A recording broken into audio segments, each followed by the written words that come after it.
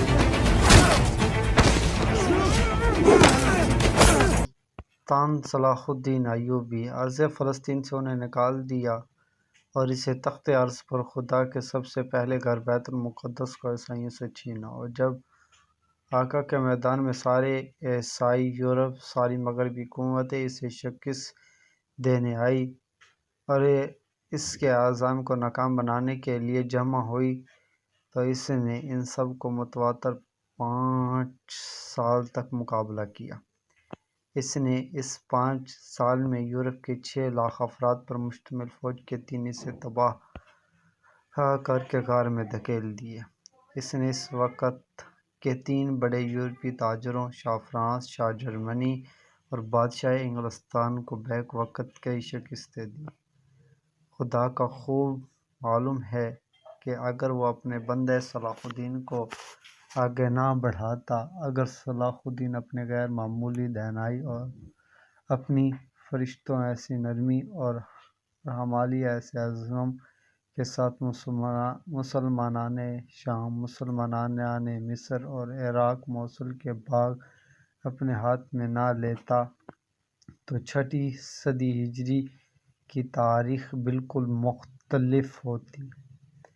और वक़्त का नकीब इस कौम की बर्बादी पर ऐसे रोता है जैसे इस वक़्त रोया जा रहा है। जब हलाकों ने इसके दरवाज़ों पर दस्तखत दी थी।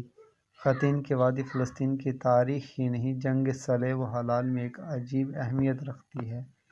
ये वो जगह है जहाँ सलाहुद्दीन अर्ज़ फ़लस्तीन पर 100 साल से जाबराना व कहराना हुकूमत करने वाले ईसाई नाइटों, इनके ताजरों, इनके पेशाओं, इनके सलेब अज़ीम और इसके जलवे में जलने वाली हज़ारों पादरियों का गारूर तोड़ा।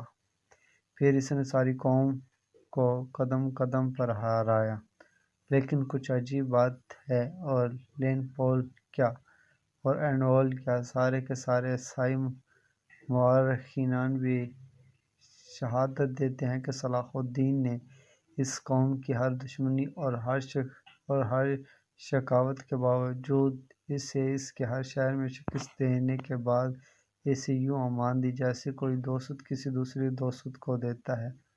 اس نے عیسائی شہر کے اطراف شکست کے بعد کبھی کسی سے دغا نہ کی، کبھی ایک فرد تک کے خون سے ہاتھ نہ رنگا، کبھی ایک عورت کی عظمت پر حملہ نہ کیا، کبھی کسی ایک پادری کو سزا نہ دی۔ اس نے ان کے تاجر، ان کے امراء، ان کے پادریوں، ان کے دام اور ان کے ہر خطا کے باوجود معافی دی۔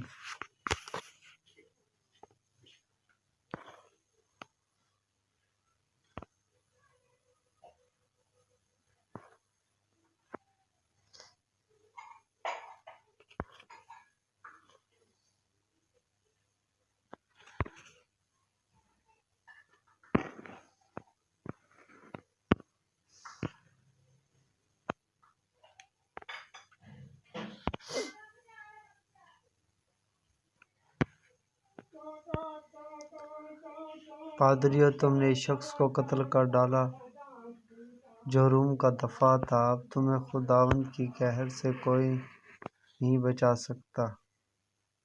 السلام علیکم ناظرین۔ جیسے ہی کورولوس عثمان سیزن 6 کا آغاز ہوا تھا، ویسے ہی فاطمہ خاتون کی شادی کے بارے میں بات ہونے لگی۔ اورحان اور علاء الدین کے بعد سب سے زیادہ چاہنے والی بات جو نظر آئی تھی وہ فاطمہ خاتون کی شادی تھی، اور ہم پہلی ایپیسوڈ سے دیکھ رہے تھے کہ دو بڑے قبیلوں کے درمیان فاطمہ خاتون کو لے کر یہ تکرار شروع ہو چکی تھی، یعنی ایک طرف ساروجو کا کردار اور دوسری طرف یوسف کا، جو کہ فاطمہ خاتون کے قریب ہونا چاہتے تھے۔ تو اب ناظرین یہ جاننا چاہتے ہوں گے کہ فاطمہ خاتون کس کو ملے گی، یعنی فاطمہ خاتون کا ہاتھ مانگنے کے لیے پہلے کون پوچھے گا، یا پھر السلام علیکم دوستو، شام کا وقت ہے اور میں اپنے گاؤں میں موجود ہوں، جہاں کا موسم بہت سہانا ہے۔ آج ہلکی ہلکی ہوا بھی چل رہی ہے۔ یہ میری پہلی ولاگ ویڈیو ہے۔ اگر دوستوں کو پسند آئے تو پلیز سبسکرائب ضرور کیجیے گا تاکہ میری بھی حوصلہ افزائی ہو سکے۔